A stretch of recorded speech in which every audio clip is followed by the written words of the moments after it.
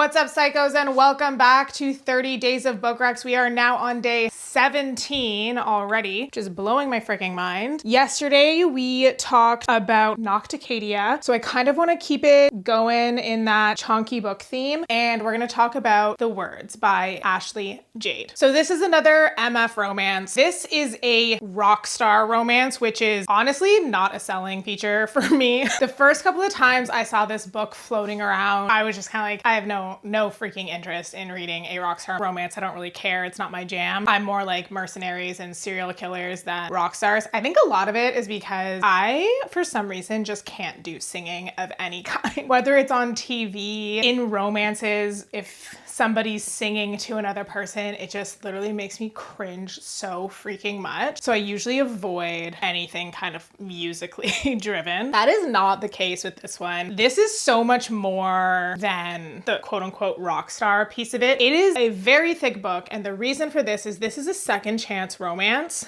and it is done so freaking beautifully. The first half of the book is their first relationship, basically, when they meet in high school, and something happens that I can't say because it's a spoiler. And then the second half of the book is them rebuilding that relationship, and it's all done in such a realistic, and oh my God, I have chills just thinking. I'm due for a reread. So basically in the beginning, you meet Lennon and Phoenix. Phoenix is this like really cool rock star prodigy in their high school, and Lennon is not. She is not cool. She's your usual like high school overachiever. She gets picked on a lot. She's a little on the curvier side, and she gets ridiculed for that by the popular girls. And she shamelessly has a huge crush on Phoenix, which I thought was adorable. She keeps it to herself, but she's just like, he's hot. What am I gonna say? I know he's way out of my league, but whatever, he's hot. And he knows that she thinks he's hot too. And he needs help tutoring. Basically, he has to get his GED, and then he's out of this town. He lives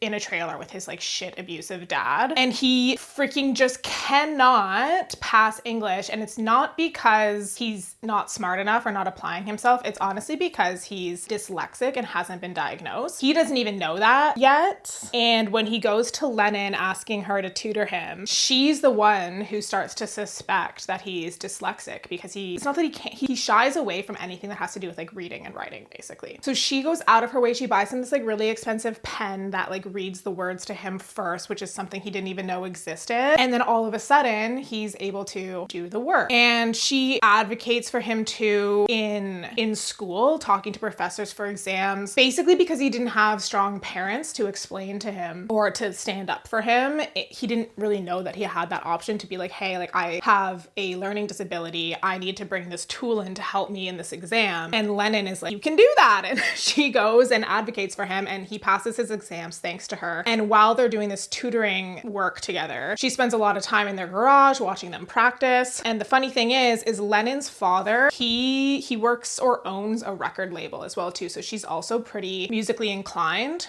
and she sings and writes her own songs, but hadn't told anybody. And when they're in this practice facility, she sings a song that she wrote, and it blows his mind, and they end up, it's a very beautiful young love. Something happens. I don't even want to touch on it at all because I really don't want to spoil it for you, but something happens and Lennon ends up hating Phoenix a lot.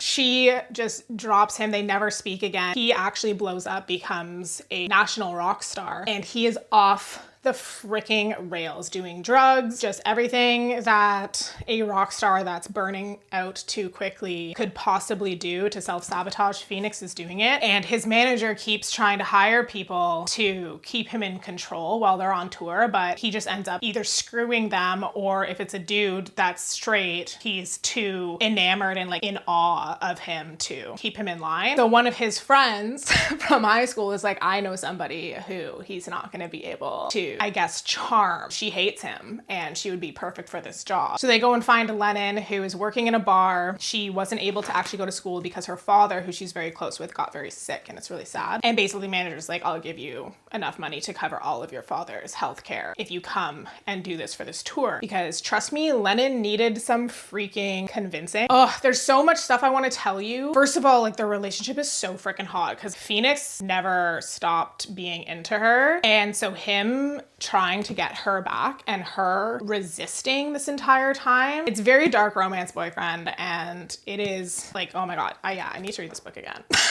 Outside of that though, there's some really freaking touching moments that I just wasn't personally prepared for. Because of Lennon's struggles with her weight, she has a lot of internalized negative self-speak, and just the way Phoenix refuses to play into that or to like allow her to tear herself down over something like her weight is just like, I'm literally choking up over it. It's so nice. Oh my God, guys, read this book. It's so nice. I always forget that this is on my shelf, and it's probably one of the best MF romances I've ever freaking read. Like, hands down, ever. This is a 6-star read, and if you have not read it, you should absolutely freaking read it. Anyways, I'm gonna stop talking now before I tell you in detail about the scenes that wrecked me.